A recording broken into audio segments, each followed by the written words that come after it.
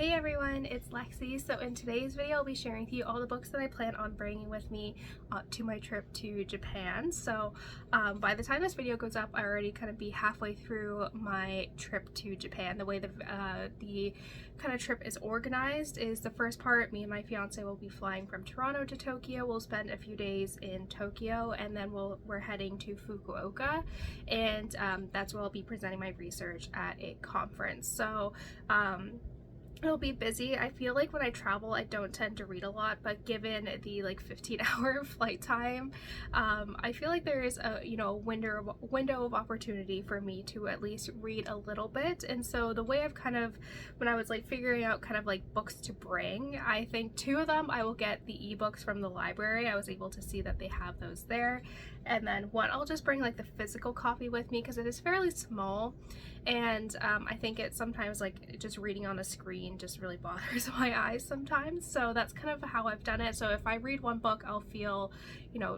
like I got my job done. I finished that one book, I can check it off my list, and then the two are just extra ones that I don't know if I'll have time to read them, but it'll be just good to have kind of on my Kindle app just to enjoy. So without further ado, let's get started. This is the physical book that I will be bringing with me for the trip, and it is Highly Suspicious and Unfairly Cute by Talia Hibbert. This has been on my TBR for a while, so I'm very determined to get this one done very soon.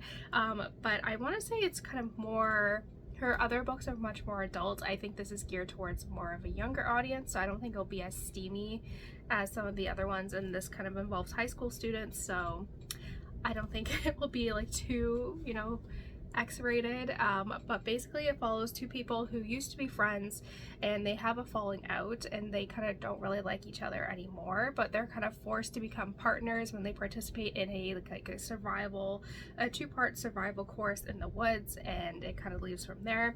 So I think I really enjoy her Brown Sisters trilogy, so I thought this one would be a fun one to read, and like I said, it's fairly small, so I don't think it'll take up too much space in my bags just to kind of carry around halfway across the world. So yeah, and I think it'll be a fun quick read. Like I said, if I just finish this one, I'll be happy. The other two are just kind of bonus ones. So again, these are the books that I'm going to get the ebooks for from the library. The first one is The Lost Girls of Willowbrook by Ellen Marie Wiseman. This one again has been on my TBR for several months now, similar to this book, and I'm just really determined to kind of finish these two. Even if I have to carry this one over to August, I'll feel much better because I feel like my TBR for the past few months has just been the same books over and over again.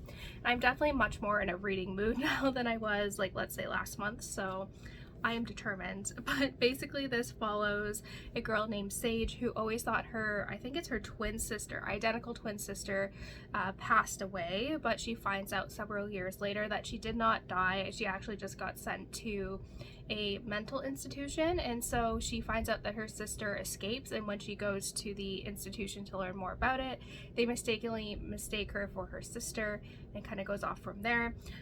This one just seems like it just has a really intriguing plot and premise, something very unique that I haven't seen anywhere else, so I think this will be very fun to read. She did a similar book too about these institutions that women were sent to in What She Left Behind, so I'm very curious to see how this one compares. I think it's just a very unique premise, and I think she probably can execute it very well based on how much I've loved her other works, so I'm excited to dive into this one. And lastly, I was in the mood for some kind of YA fantasy, and this is the only one that I had on my TBR shelf, and it is Sorcery of Thorns by Margaret Rogerson, and this is one that I've heard mixed things about. Either people love it or just think it's okay, so I'm very curious to see where I fall within the spectrum for this book. So it says, all sorcerers are evil. Elizabeth has known that for as long as she has known anything. Raised as a foundling in one of the Ostermere's great libraries, Elizabeth has grown up among magical grimoires that rattle beneath iron chains, capable of transforming into grotesque monsters.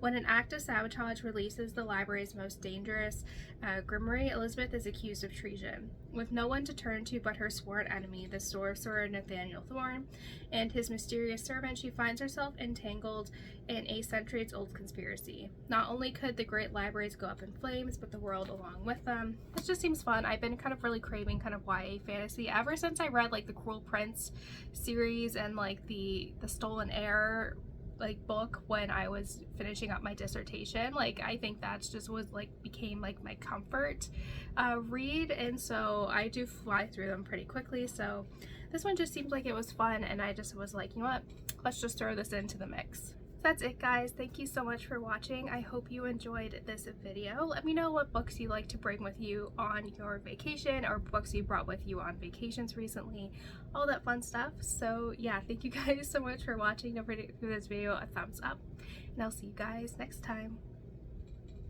Bye, guys.